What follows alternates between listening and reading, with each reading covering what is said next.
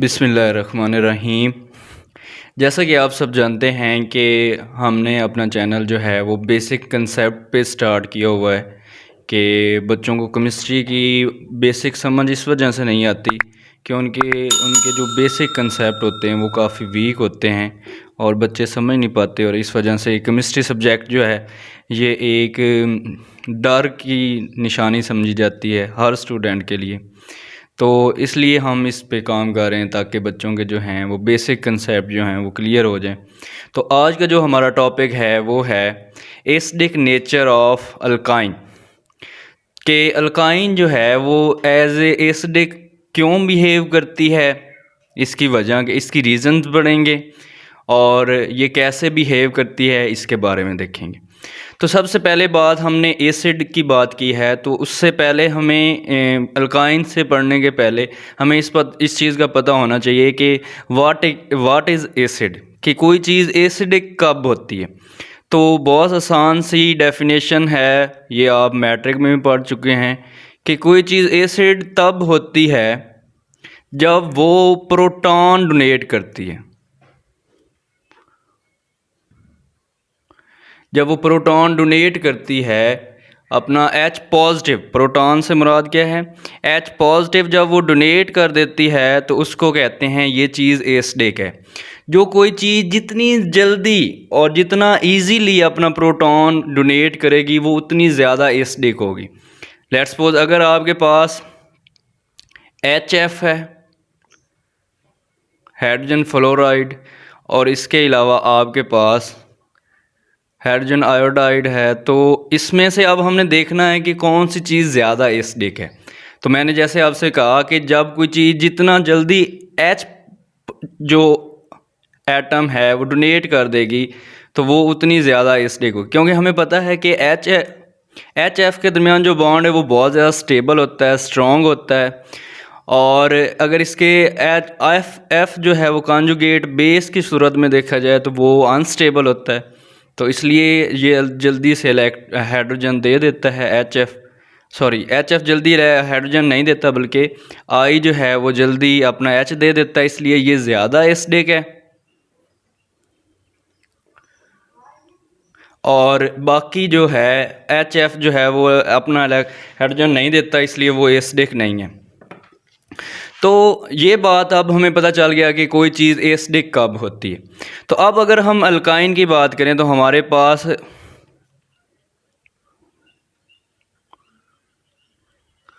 Alkynes सबसे पहले पता होना चाहिए कि व्हाट इज़ अल्काइन, कि अल्काइन होती क्या है, क्योंकि बेसिक कंसेप्ट है। तो बेसिक कंसेप्ट में अब हमें हर चीज़ के बारे में पता होना चाहिए। तो अल्काइन जब भी किसी चीज़ में ट्रिपल बॉन्ड आ जाता है, यानी कि जब हम कार्बन की बात करते हैं तो कार्बन जब ट्रिपल बॉन्ड में एग्जिस्ट करती है, लेट्स सपोज आपके पास आर से मुराद कोई अल्काइल रेडिकल है C, और इसके दोनों साइड पे अल्काइल लग गए हैं, तो ये ट्रिपल बॉन्ड किसको शो करता है, ये अल्काइन को शो करता है। ये अल्काइन है। जब भी किसी कार्बन के दरमियान ट्रिपल बॉन्ड आ जाता है तो उसको हम कहते हैं कि ये अल्काइन है। अब ये दो तरह की अल्काइन होती है। एक हमारे पास टर्मिनल अल्काइन होती है। टर्मिनल कहते हैं किनारे पे जो चीज़ होती है, जो बिल्कुल नुक्कर पे होती है, किनारे पे होती है, उसको कहते हैं टर्मिनल। यानी कि अगर आपका ट्रिपल बॉन्ड, इसी को अगर मैं ऐसे लिखूं C ट्रिपल बॉन्ड H, अब ये क्योंकि इसको वन अल्काइन भी कहते हैं,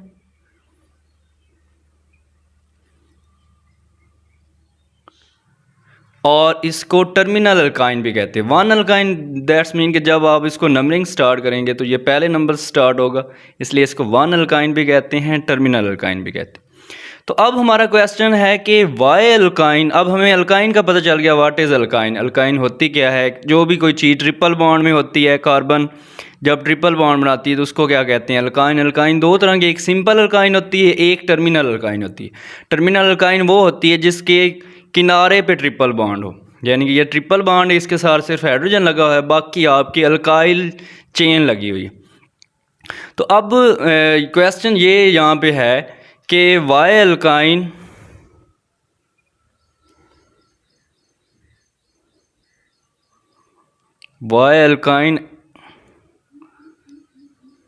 एक्ट एज एसिड। अब हमें एसिड का पता चल गया है कि जब कोई चीज़ पॉजिटिव हाइड्रोजन देती है यानी कि प्रोटॉन डोनेट करती है तो वो एसिड होती है। तो अब यहाँ पे ये क्वेश्चन राइज होता है कि अब जो अल्काइन है वो क्यों एसिड के तौर पे एक्ट करती है। तो इसके लिए के पीछे बहुत से रीज़न हैं, लेकिन जो हम यहाँ डिस्कस करने जा रहे हैं वो ये है कि अब हमने एक फार्मूला लिखा है कि RC≡CH। अच्छा, अगर इसमें हाइब्रिडाइजेशन की बात की जाए, इससे पहले मैं लेक्चर दे चुका हूँ हाइब्रिडाइजेशन पे, तो इसमें क्योंकि ट्रिपल बॉन्ड है, ट्रिपल बॉन्ड में जो हाइब्रिडाइजेशन होती है वो sp होती है। sp हाइब्रिडाइजेशन जो होती है उसका मतलब है कि इसमें सिर्फ एक s है और p है। s और p होने की वजह से ये 50-50 शेयरिंग होती है। तो इसमें हम कहते हैं कि 50% करैक्टर जो है वो s का होता है। अगर हम sp2 की बात करें तो इसमें 1s होता है, यानी कि एक s 2 p मिले होते हैं। तो ये यानी जो 3 के दरमियान में शेयरिंग हुई है, तो 3 में शेयरिंग जब होगी तो ये 50 तीसरा हिस्सा जो रह जाएगा 100 में से वो बनेगा 33.3%। इसका मतलब है इसमें s करैक्टर जो है वो 33.3 है। अगर हम sp3 की बात करें तो उसमें क्या है कि एक s होता है, एक p, 3 p होते हैं, 2 और 3। क्योंकि इसमें अब 3 p हैं तो अब ये 4 में डिवाइड हुआ है, तो यहाँ पे जो s करैक्टर है वो 25% होता है।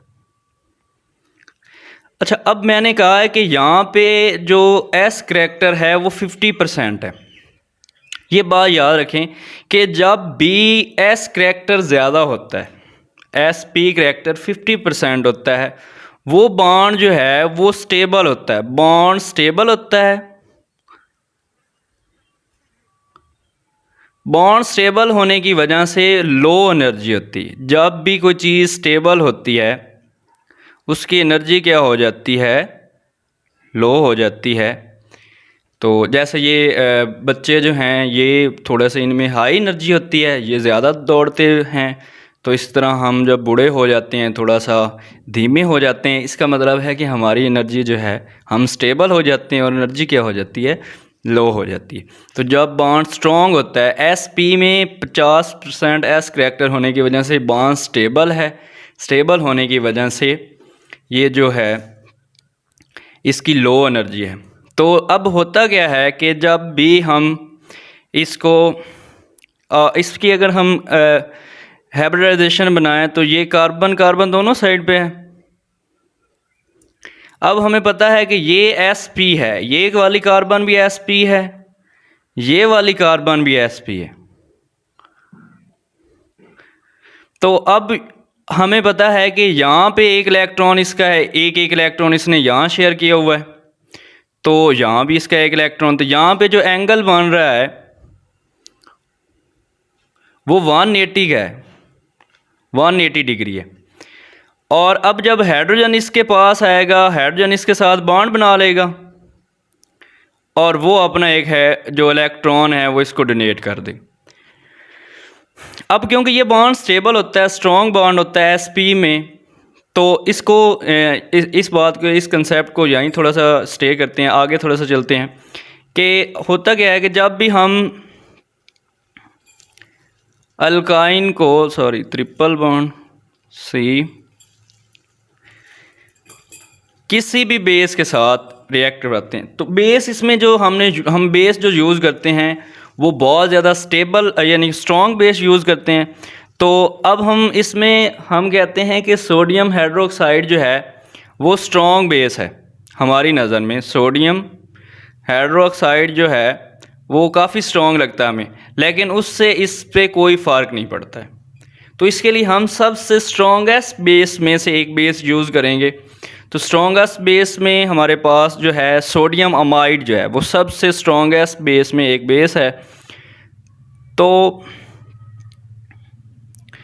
अब स्ट्रॉन्गेस्ट बेस जब हम यूज़ करते हैं सोडियम अमाइड, हम कर लें सोडियम अमाइड। अगर मैं सोडियम अमाइड को आयोनाइज कर दूँ, आयन में तोड़ूँ, तो हमारे पास ये चीज़ बनती है Na पॉजिटिव प्लस हमारे पास क्या होता है N। अच्छा, यहाँ से थोड़ी सी बात समझने वाली है। अब N के वैलेंस शेल में इलेक्ट्रॉन कितने होते हैं? शाबाश, हाँ 5 इलेक्ट्रॉन होते हैं।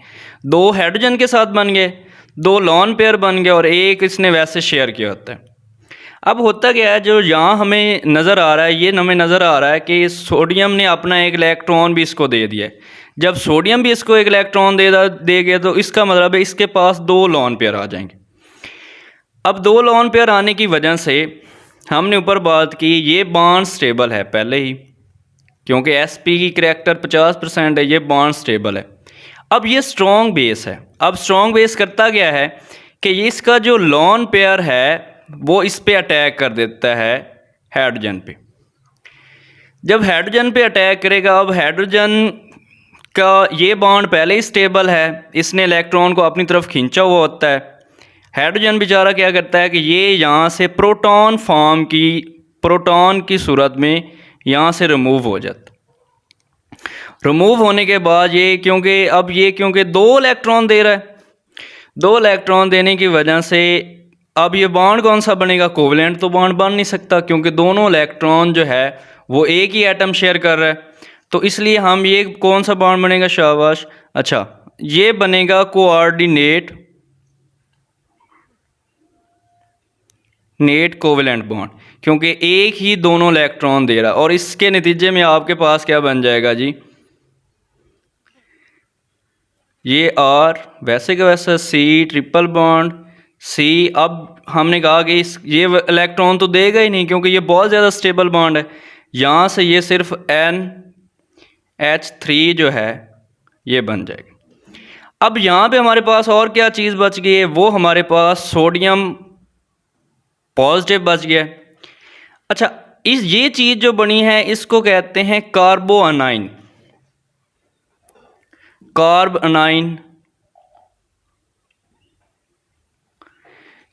अनाइन। अब ये न्यूक्लियोफाइल के तौर पे रिएक्ट करती है। अब न्यूक्लियोफाइल क्या होता है कि न्यूक्लियर लविंग होता है, तो ये जो सोडियम है इस पे अटैक करती है। इस पे अटैक करने की वजह से होता क्या है कि ये बन जाता है अल्काइल C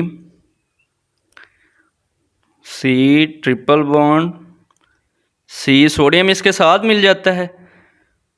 तो अब ये वाली चीज़, और इसके अलावा हमारे पास क्या बन जाता है? अमोनिया बन जाता है।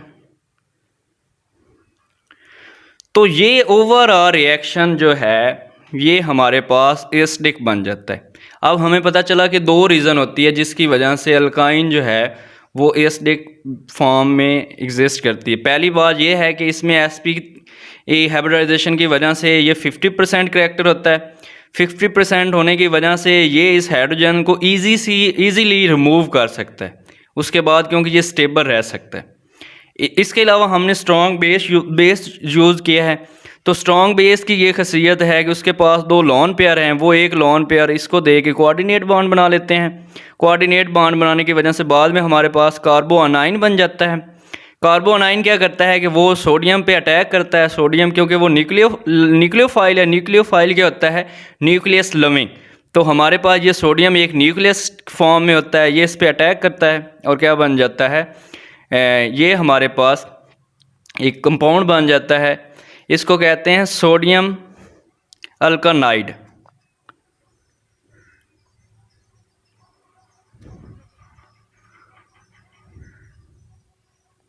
सोडियम अल्कानाइड, और साथ हमारे पास क्या बन जाता है? अमोनिया बन जाता है। अच्छा, तो ये हम इसका एक टेस्ट हम यूज़ करते हैं।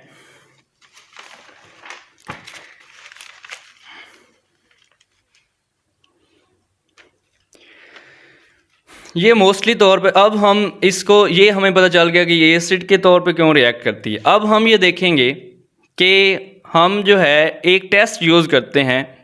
वो टेस्ट ये है कि हम देखते हैं कि हमारे पास जो अल्काइन है मैंने पहले बताया स्टार्ट में लेक्चर में, अल्काइन जो है वो दो तरह की हो सकती है। एक हमने कहा है कि टर्मिनल अल्काइन होती है,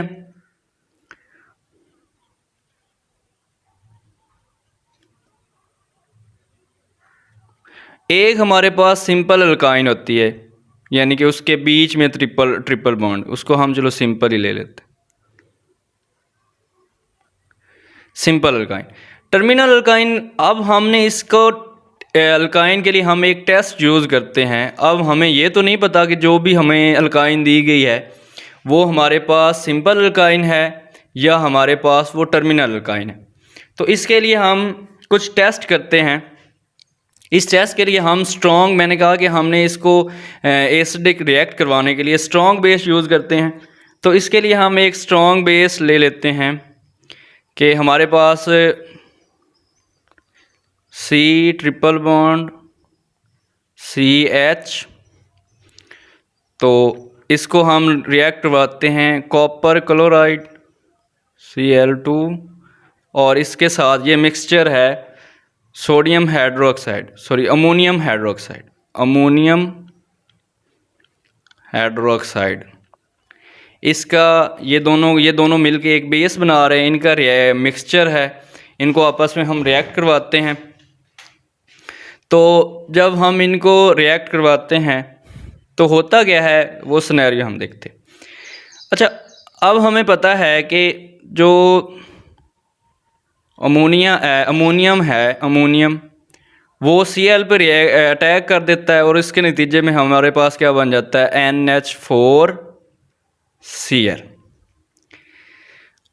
और फिर क्या होता है जी कि अब यहाँ पे क्या बच गया, हमारे पास कॉपर पॉजिटिव बच गया और इधर हमारे पास OH नेगेटिव बच गया। ये अलग हो जाते हैं। जब ये बॉन्ड ये टूट जाता है, ये इस पे अटैक करके क्लोरीन के साथ बॉन्ड बना लेता है और बॉन्ड बनाने की वजह से ये हम अलग हो जाते हैं। कौन कौन सा, OH और कॉपर। अब हमें पता है कि OH के पास क्या है, लोन पेयर पड़े हुए हैं, सही है। अब ये लोन पेयर क्या करते हैं जी, ये अटैक कर देते हैं हाइड्रोजन पे, जो अल्काइन का हाइड्रोजन है उसके ऊपर अटैक कर देते हैं।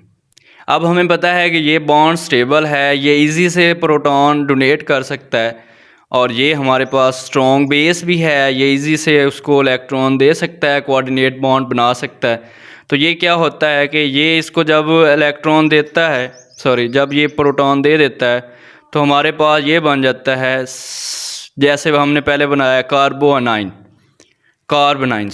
तो कार्बनाइन बन जाता है और इसके नतीजे में हमारे पास ये जब हाइड्रोजन इससे मिलता है तो हमारे पास वाटर बन जाता है और हमारे पास कॉपर अभी वैसे का वैसे पड़ा हुआ। अब ये कार्बनाइन जो है ये क्योंकि न्यूक्लियोफाइल के तौर पे रिएक्ट करता है, न्यूक्लियोफाइल क्या होता है, न्यूक्लियस लविंग, तो ये इसके ऊपर अटैक कर देता है और इससे कॉपर ले लेता है। कॉपर लेने की वजह से अब ये हमारे पास क्या बन जाता है, HC ट्रिपल बॉन्ड CU। अच्छा, अब ये क्योंकि ये हमारे पास सिंपल अल्काइन है, दोनों साइड पे हाइड्रोजन लगे हैं, तो ये जो अमल हुआ है ये दोनों साइड पे हो जाए। ये रिएक्शन जो कॉपर जो हाइड्रोजन रिमूव हुआ है ये दोनों साइड पे होगा और दोनों साइड वाले कॉपर जगह पे क्या लग जाएगा, हाइड्रोजन की जगह पे क्या लग जाएगा, कॉपर, यानी सेम मैकेनिज़्म होगा और दोनों साइड पे कॉपर लग जाएगा।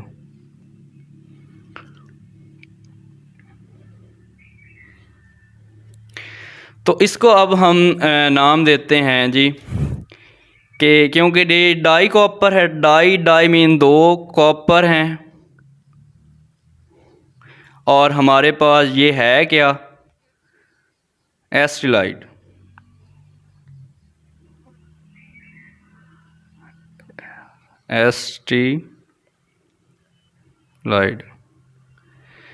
डाई क्यों है, क्योंकि दोनों साइड पे कॉपर हैं। अच्छा, मैंने स्टार्ट में कहा था कि इसको हम इसलिए यूज़ करते हैं ताकि हम ये डिटेक्शन कर सकें, टेस्ट कर सकें कि ये टर्मिनल अल्काइन है या हमारे पास सिंपल अल्काइन।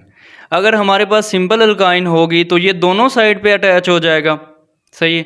अगर हमारे पास ये टर्मिनल अल्काइन है, लेट्स सपोज अगर हमारे पास ये वाली अल्काइन होती तो फिर क्या होता जी, क्योंकि हमारे पास सिर्फ एक हाइड्रोजन है, वो एक हाइड्रोजन को रिमूव करके एक साइड पे लगता, तो इसलिए हमें ये डिस्टिंग्विश करने के लिए कि हमारे पास जो अल्काइन है वो टर्मिनल है या दूसरी सिंपल अल्काइन है, उसको यूज़ करने के लिए हम कॉपर के साथ रिएक्ट यानी कि ये बेस यूज़ करते हैं। इसके अलावा एक और रिएक्शन भी हम इस तरह करवा सकते हैं, तो वो है HC triple bond CH plus AG silver nitrate plus ammonium hydroxide. तो ये मैं इसका मैकेनिज़्म नहीं करने जा रहा, डायरेक्ट ही बता देता हूँ आपको कि इसका भी जो है वही मैकेनिज़्म होगा वैसे ही की तरह।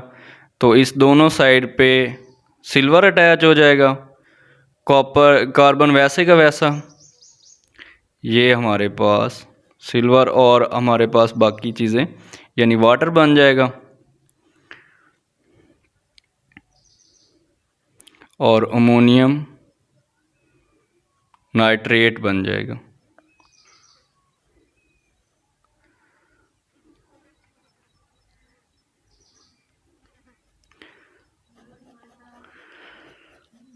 तो ये वाली चीज़ हमारे पास एक रिएक्शन फॉर्म में आ जाती है। तो ये हम इसको चेक करने के लिए क्या ये चीज़ टर्मिनल है या नहीं है, तो ये इसको एक दफ़ा फिर पीछे से देख लेते हैं कि हमने जो एसिडिक होती क्या है, एसिडिक नेचर क्या होती है, वो हमने पहले बात की है कि जो कोई चीज़ जितना ज़्यादा जल्दी प्रोटॉन दे देती है वो उतनी ज़्यादा एसिडिक होती है। तो फिर हमने कहा कि अल्काइन क्या होती है, जिसमें ट्रिपल बॉन्ड होता है। फिर हमने देखा कि अल्काइन एसिडिक क्यों रिएक्ट करती है, क्योंकि बेसिक वजह यह है कि इसमें ट्रिपल बॉन्ड है। ट्रिपल बॉन्ड में sp3 sp हाइब्रिडाइजेशन होती है, sp की वजह से ये स्टेबल बॉन्ड होता है और ईजी से हाइड्रोजन जो है वो डोनेट कर देता है। इसके अलावा दूसरी रीज़न ये है कि हम स्ट्रॉन्ग बेस यूज़ करते हैं। स्ट्रॉन्ग बेस क्या है, वो ईजी से इसका हाइड्रोजन रिमूव करवा देता है। तो that's all, today lecture is ended. इसके अलावा आपको कोई भी प्रॉब्लम हो तो आप कमेंट बॉक्स में मुझसे पूछ सकते हैं। Thanks so much.